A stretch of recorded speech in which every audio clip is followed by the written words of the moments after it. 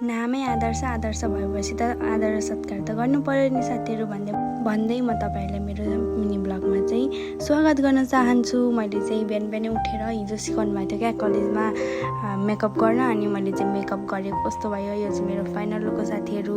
आज चाहिँ हाम्रो कलेजमा एचएमसी लागेको थियो, त्यही भएर मैले चाहिँ कहिले न मैले मेकअप जानी नजानी गरेको। यो चाहिँ म स्कुल जाँदै गर्दाको भ्यू। यहाँ न साथी आफ्नै पारामा चाहिँ मेरो साथी चाहिँ फाइनल्ली हामी चाहिँ आदर्श पनि पुग्न आँट्यौँ। अलिकतिदेखि चाहिँ हामी हिँड्नुपर्छ नि त 5 मिनट जति, अनि हामी चाहिँ पुगिसकेको भ्यू आदर्श स्कुल देखाउन खोजेको तपाईँहरूले मजाले देखेन भित्र लाँदा कराउनुहुन्छ कि भनेर। अनि फेरि हामी चाहिँ एचएमसी होटल 5 स्टार होटल जान आँटेको। कहिले न मैले जान आँटेको म चाहिँ होइन। मेरो साथीले चाहिँ हाई भन्दैछ कन्टेन्टको लागि, अनि फेरि मैले पनि साथीहरू।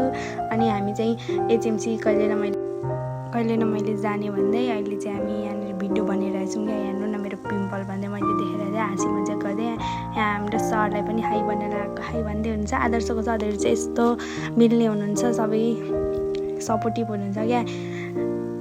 आदर्शको सरहरू मात्र होइन, मिसहरू पनि यस्तो सपोर्टिभ हुनुहुन्छ। पुग्यौँ यहाँ मैले कन्टेन्ट बनाएको यो 2x भए पनि हेर्नु होला साथीहरू मजाले।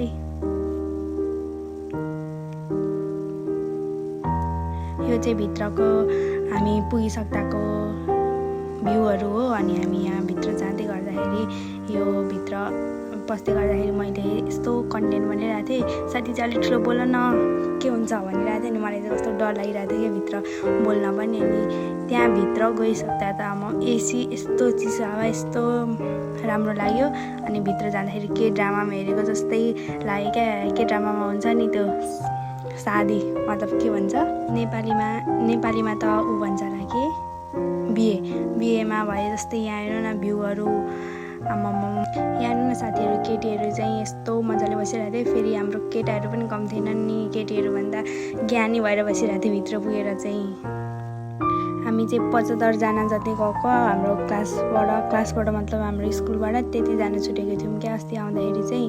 अनि यहाँनिर के भन्नुभयो, अनि त्यहाँदेखि फेरि हामी अर्को हलमा गयौँ। अर्को हल जाँदाखेरि चाहिँ हामी आदर्शको भएर आदर सत्कार त गर्नु पर्यो भनेर हामी सबैले नमस्ते गर्दै भित्र छिर्यौँ साथीहरू। त्यहाँनिर चाहिँ हामी खाना गएको हो क्या। के गर्नु भन्दा खाना, यहाँ हामीले यस्तो मिठो चिजहरू खायौँ, त्यो मैले कल्पना पनि गरेको थिइनँ। यहाँ हेर्नुहोस् हामीले चाहिँ आफै उठाएर निकालेर खाने थियो क्या त्यहाँनिर चाहिँ। हामी सबैजनाले मैले चाहिँ मेरो साथीले लगाइदेऊ न मेरो हातमा फोन छ भनेर भने नि। यहाँ हेर्नु साथीहरू हामीले खाएको। अनि सर चाहिँ फेरि आउनुभयो, अनि हामीसँग गफ गर्दा हाई भनिदिनु न सर भनेको हाई भन्दै हुनुहुन्छ।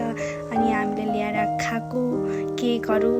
अनि मैले पनि यहाँ नाटक गर्दैछु साथीहरू यहाँ खानुको लागि।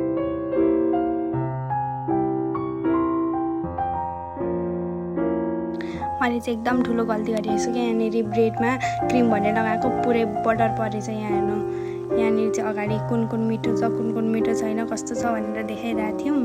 अनि मैले चाहिँ यहाँ हेर्नु न ब्रेडमा क्रिम भनेर लगाएको बटर परेछ। अनि त्यो चाहिँ हामीले खाएनौँ। नकराउनु होला। इफ यो सर म्यामहरूलाई हेर्दै हुनुहुन्छ भने पनि नकराउनु है। मैले लगाएको बटर चाहिँ त्यो महान व्यक्तिको भन्न चाहनुहुन्छ भने म हुँ। अनि यहाँ साथीहरूलाई कुन मिठो छ भन्दाखेरि यो मिठो छ भन्दैछन्। अनि यो पनि भन्दैछु मैले चाहिँ साथीहरू। यहाँनिर चाहिँ हामीले एकदम मिठो खानेकुराहरू खायौँ। अनि यो खाइसकेपछि हामी फेरि अर्को हलतिर गयौँ। यहाँ चाहिँ खानको लागि हामी 2 चोटि थपेर खाएको क्या। अनि फेरि यहाँनिर गेम खेल्नुको लागि अर्को हलतिर गयौँ। अनि पहिले गेम चाहिँ होइन, हामीले पहिले रुमहरू हेऱ्यौँ। अनि फेरि अघि के हलमा गयौँ, कोही पानी खाँदैछन् कोही भिडियो बनाउँदैछन् भने यहाँ चाहिँ हामी खेल्यौँ। अनि यहाँनिर कस्तो खेल्न लाउनु भएको थियो भने उठेर चाहिँ ताली पड्काउनेवाला। अनि यहाँनिर चाहिँ अगाडि भनेको कुरा हो लास्टमासम्म पुग्दाखेरि के हुन्छ भन्नेवाला खेलाउनु भएको थियो। अनि यहाँ चाहिँ फेरि हामी लाइन हुँदै अर्को हलतिर जाँदैछौँ। अनि यहाँ चाहिँ अघि के खायौँ भनेर सरले सोध्नु भएको थियो। म एउटा गिफ्ट दिन्छु भनेर। अनि मेरो साथीले चाहिँ भन्दैछ के खायौँ भनेर। अनि हामी चाहिँ यो कोठामा गएर अर्को हलमा गएर यो कोठा हेरौँ। यो कोठा चाहिँ ठ्याक्कै पर डेको लागि पर नाइट 14,000 अरे एन्ड 14,000मा त म त कति ठाउँ घुम्नसक्थेँ भन्दै हामी कुरा गर्दै थियौँ क्या। अनि यो चाहिँ फेरि अर्को हलको यो कोठा चाहिँ ठ्याक्कै 16,000 अरे क्या पर नाइट। अनि यतिले त हामी नेपालै घुम्थ्यौँ जस्तो लागिरहेको थियो। हामी साथी हामी त्यस्तै कुरा गरिरहेको थियौँ। यो जिम हो, त्यहाँनिर त्यहाँको भ्यू, अनि त्यहाँदेखि बाहिर एउटा स्विमिङ पुल थियो। अनि हामी चाहिँ जिममा गयौँ। स्विमिङ पुलको चाहिँ मैले भिडियो गरिनँ। यो चाहिँ 65,000 गरे साथीहरू पर डे। कति 65ले त म त के गरिसक्थेँ गाइजहरू। अनि मेरो चाहिँ आउँदाखेरि चाहिँ कस्तो ब्याट्री नै लो भयो क्या, त्यही भएर मैले चाहिँ धेरै भिडियोहरू बनाउन पाइनँ। Sorry guys, thank you for watching my video.